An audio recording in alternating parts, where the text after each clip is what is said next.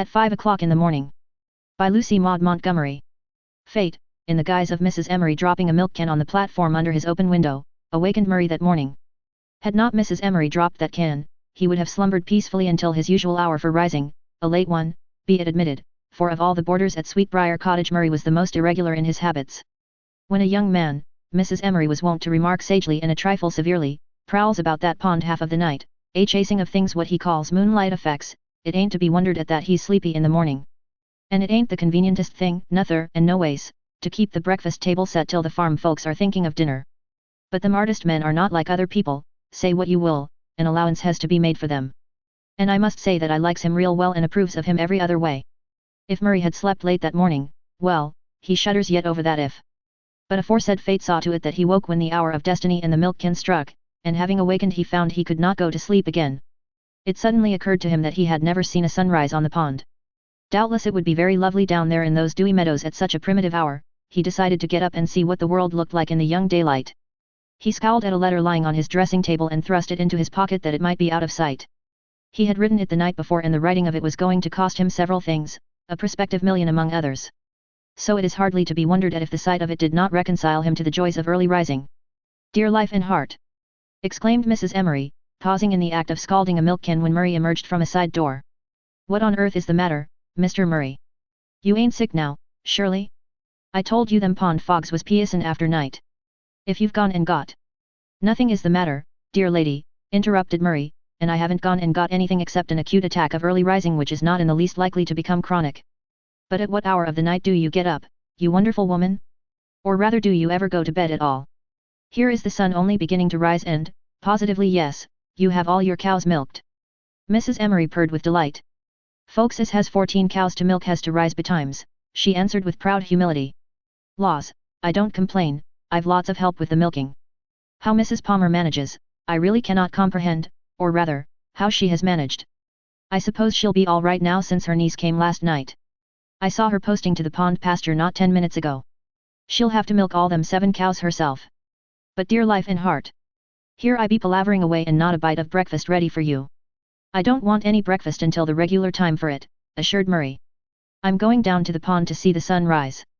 "Now don't you go and get caught in the mash," anxiously called Mrs. Emery, as she never failed to do when she saw him starting for the pond. Nobody ever had got caught in the marsh, but Mrs. Emery lived in a chronic state of fear lest someone should. And if you once got stuck in that black mud you'd be sucked right down and never seen or heard tell of again till the day of judgment, like Adam Palmer's cow, she was wont to warn her boarders. Murray sought his favorite spot for pond dreaming, a bloomy corner of the pasture that ran down into the blue water, with a dump of leafy maples on the left. He was very glad he had risen early. A miracle was being worked before his very eyes. The world was in a flush and tremor of maiden loveliness, instinct with all the marvelous fleeting charm of girlhood and spring and young morning. Overhead the sky was a vast high-sprung arch of unstained crystal. Down over the sand dunes, where the pond ran out into the sea, was a great arc of primrose smitten through with auroral crimsonings. Beneath it the pond waters shimmered with 100 fairy hues, but just before him they were clear as a flawless mirror. The fields around him glistened with dews, and a little wandering wind, blowing lightly from some bourne in the hills, strayed down over the slopes, bringing with it an unimaginable odor and freshness, and fluttered over the pond, leaving a little path of dancing silver ripples across the mirror glory of the water. Birds were singing in the beech woods over on Orchard Knob Farm, answering to each other from shore to shore, until the very air was tremulous with the elfin music of this wonderful midsummer dawn. "I will get up at sunrise every morning of my life hereafter," exclaimed Murray rapturously, not meaning a syllable of it, but devoutly believing he did. Just as the fiery disk of the sun peered over the sand dunes Murray heard music that was not of the birds. It was a girl's voice singing beyond the maples to his left, a clear sweet voice, blithely trilling out the old-fashioned song, 5 o'clock in the morning. Mrs. Palmer's niece. Murray sprang to his feet and tiptoed cautiously through the maples. He had heard so much from Mrs. Palmer about her niece that he felt reasonably well acquainted with her. Moreover, Mrs. Palmer had assured him that Molly was a very pretty girl. Now a pretty girl milking cows at sunrise in the meadows sounded well. Mrs. Palmer had not overrated her niece's beauty. Murray said so to himself with a little whistle of amazement as he leaned unseen on the pasture fence and looked at the girl who was milking a placid Jersey less than 10 yards away from him. Murray's artistic instinct responded to the whole scene with a thrill of satisfaction. He could see only her profile, but that was perfect, and the coloring of the oval cheek and the beautiful curve of the chin were something to adore. Her hair, ruffled into lovable little ringlets by the morning wind, was coiled in glistening chestnut masses high on her bare head, and her arms, bare to the elbow, were as white as marble. Presently she began to sing again, and this time Murray joined in. She half rose from her milking stool and cast a startled glance at the maples.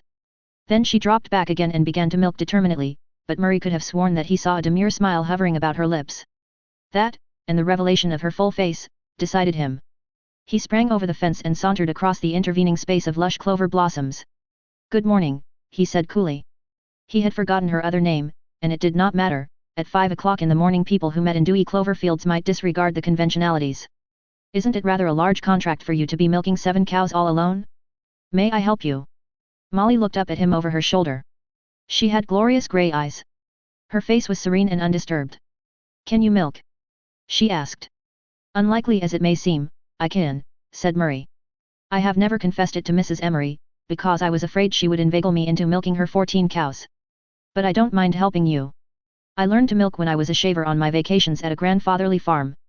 May I have that extra pail?" Murray captured a milking stool and rounded up another jersey. Before sitting down he seemed struck with an idea. "My name is Arnold Murray. I board at Sweetbriar Cottage, next farm to Orchard Knob. That makes us near neighbours." "I suppose it does," said Molly. Murray mentally decided that her voice was the sweetest he had ever heard. He was glad he had arranged his cow at such an angle that he could study her profile. It was amazing that Mrs. Palmer's niece should have such a profile.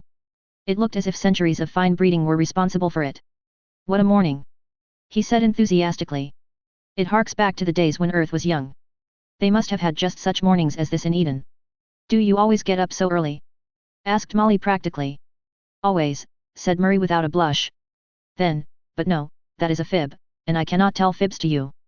The truth is your tribute. I never get up early. It was fate that roused me and brought me here this morning. The morning is a miracle, and you, I might suppose you were born of the sunrise, if Mrs. Palmer hadn't told me all about you." "What did she tell you about me?" asked Molly, changing cows. Murray discovered that she was tall and that the big blue print apron shrouded a singularly graceful figure. "She said you were the best-looking girl in Bruce County. I have seen very few of the girls in Bruce County, but I know she is right." "That compliment is not nearly so pretty as the sunrise one," said Molly reflectively. "Mrs. Palmer has told me things about you," she added. "Curiosity knows no gender," hinted Murray. "She said you were good-looking and lazy and different from other people." "All compliments," said Murray in a gratified tone. "Lazy? Certainly. Laziness is a virtue in these strenuous days. I was not born with it, but I have painstakingly acquired it, and I am proud of my success. I have time to enjoy life." "I think that I like you," said Molly. "You have the merit of being able to enter into a situation," he assured her. When the last jersey was milked they carried the pails down to the spring where the creamers were sunk and strained the milk into them. Murray washed the pails and Molly wiped them and set them in a gleaming row on the shelf under a big maple. "Thank you," she said. "You are not going yet," said Murray resolutely. "The time I saved you in milking 3 cows belongs to me. We will spend it in a walk along the pond shore. I will show you a path I have discovered under the beeches. It is just wide enough for 2.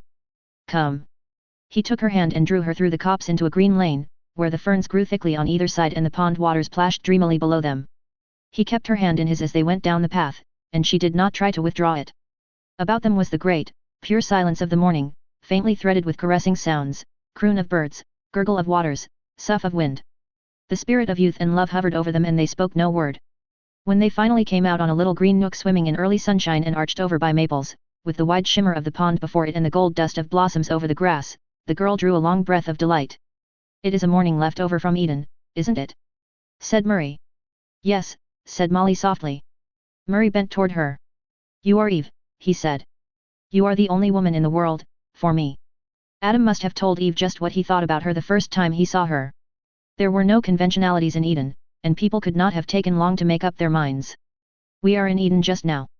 One can say what he thinks in Eden without being ridiculous. You are divinely fair, Eve. Your eyes are stars of the morning. Your cheek has the flush it stole from the sunrise. Your lips are redder than the roses of paradise. And I love you, Eve." Molly lowered her eyes and the long fringe of her lashes lay in a burnished semicircle on her cheek. "I think," she said slowly, "that it must have been very delightful in Eden. But we are not really there, you know, we are only playing that we are. And it is time for me to go back. I must get the breakfast, that sounds too prosaic for paradise." Murray bent still closer. "Before we remember that we are only playing at paradise, will you kiss me, dear Eve?" "You are very audacious," said Molly coldly. "We are in Eden yet," he urged. "That makes all the difference." "Well," said Molly. And Murray kissed her. They had passed back over the fern path and were in the pasture before either spoke again. Then Murray said, "We have left Eden behind, but we can always return there when we will. And although we were only playing at paradise, I was not playing at love. I meant all I said, Molly." "Have you meant it often?" asked Molly significantly. "I never meant it, or even played at it, before," he answered. "I did, at one time, contemplate the possibility of playing at it. But that was long ago, as long ago as last night. I am glad to the core of my soul that I decided against it before I met you, dear Eve. I have the letter of decision in my coat pocket this moment. I mean to mail it this afternoon." "Curiosity knows no gender," quoted Molly. "Then, to satisfy your curiosity, I must bore you with some personal history. My parents died when I was a little chap, and my uncle brought me up. He has been immensely good to me, but he is a bit of a tyrant. Recently he picked out a wife for me, the daughter of an old sweetheart of his. I have never even seen her. But she has arrived in town on a visit to some relatives there. Uncle Dick wrote to me to return home at once and pay my court to the lady." I protested. "He wrote again, a letter, short and the reverse of sweet. If I refused to do my best to win Miss Mannering he would disown me, never speak to me again, cut me off with a quarter. Uncle always means what he says, that is one of our family traits, you understand. I spent some miserable, undecided days. It was not the threat of disinheritance that worried me, although when you have been brought up to regard yourself as a prospective millionaire it is rather difficult to adjust your vision to a pauper focus. But it was the thought of alienating Uncle Dick. I love the dear, determined old chap like a father. But last night my guardian angel was with me and I decided to remain my own man. So I wrote to Uncle Dick, respectfully but firmly declining to become a candidate for Miss Mannering's hand." "But you have never seen her," said Molly. "She may be, almost, charming. If she be not fair to me, what care I how fair she be," quoted Murray. "As you say, she may be, almost charming, but she is not Eve. She is merely one of a million other women, as far as I am concerned. Don't let's talk of her. Let us talk only of ourselves, there is nothing else that is half so interesting."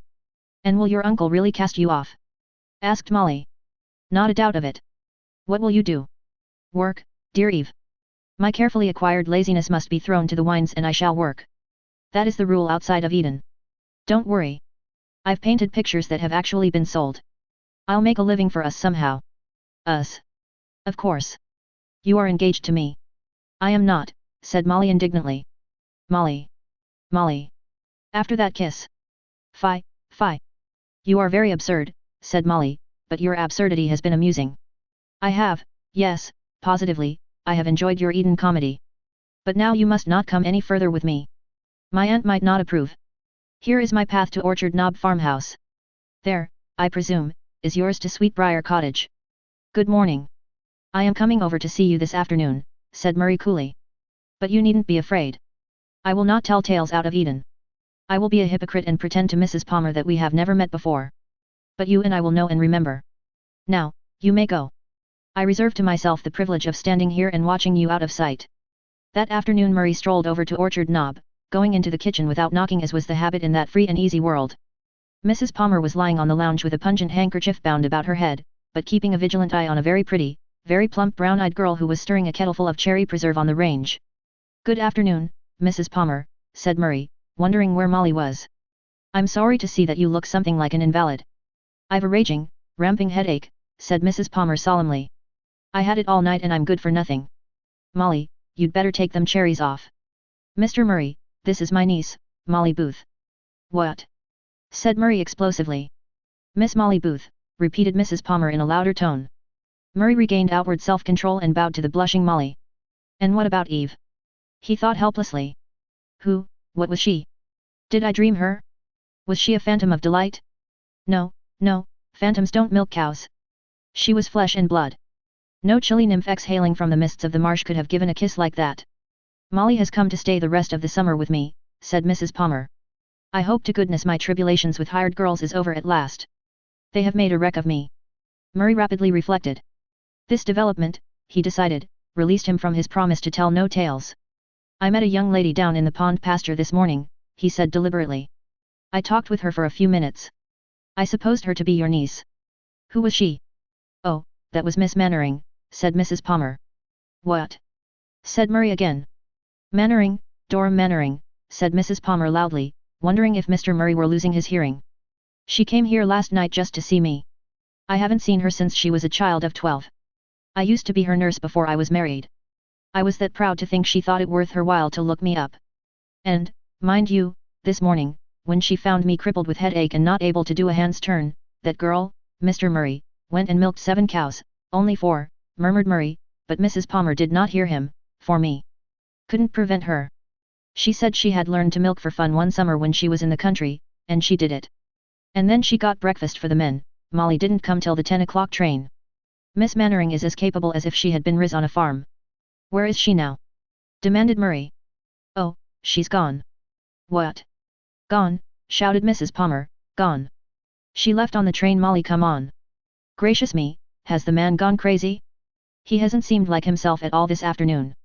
Murray had bolted madly out of the house and was striding down the lane. Blind fool, unspeakable idiot that he had been.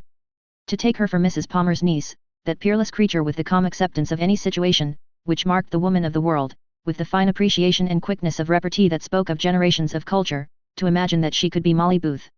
He had been blind, besottedly blind. And now he had lost her. She would never forgive him. She had gone without a word or sign. As he reached the last curve of the lane where it looped about the apple trees, a plump figure came flying down the orchard slope.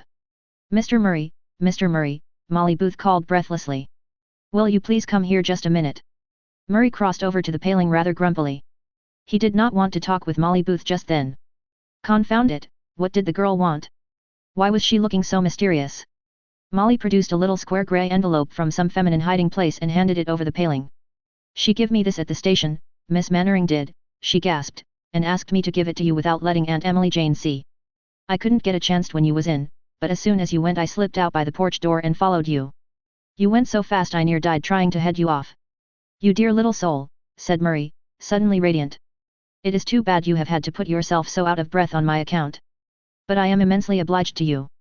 The next time your young man wants a trusty private messenger just refer him to me. Get away with you, giggled Molly. I must hurry back 'fore Aunt Emily Jane gets wind I'm gone. I hope there's good news in your girl's letter. My, but didn't you look flat when Aunt said she'd went? Murray beamed at her idiotically. When she had vanished among the trees he opened his letter. Dear Mr. Murray, it ran, your unblushing audacity of the morning deserves some punishment. I hereby punish you by prompt departure from Orchard Knob. Yet I do not dislike audacity, at some times, in some places, in some people. It is only from a sense of duty that I punish it in this case. And it was really pleasant in Eden. If you do not mail that letter, and if you still persist in your very absurd interpretation of the meaning of Eve's kiss, we may meet again in town. Until then I remain. Very sincerely yours. Dora Lynn Mannering. Murray kissed the grey letter and put it tenderly away in his pocket. Then he took his letter to his uncle and tore it into tiny fragments. Finally he looked at his watch. If I hurry, I can catch the afternoon train to town, he said.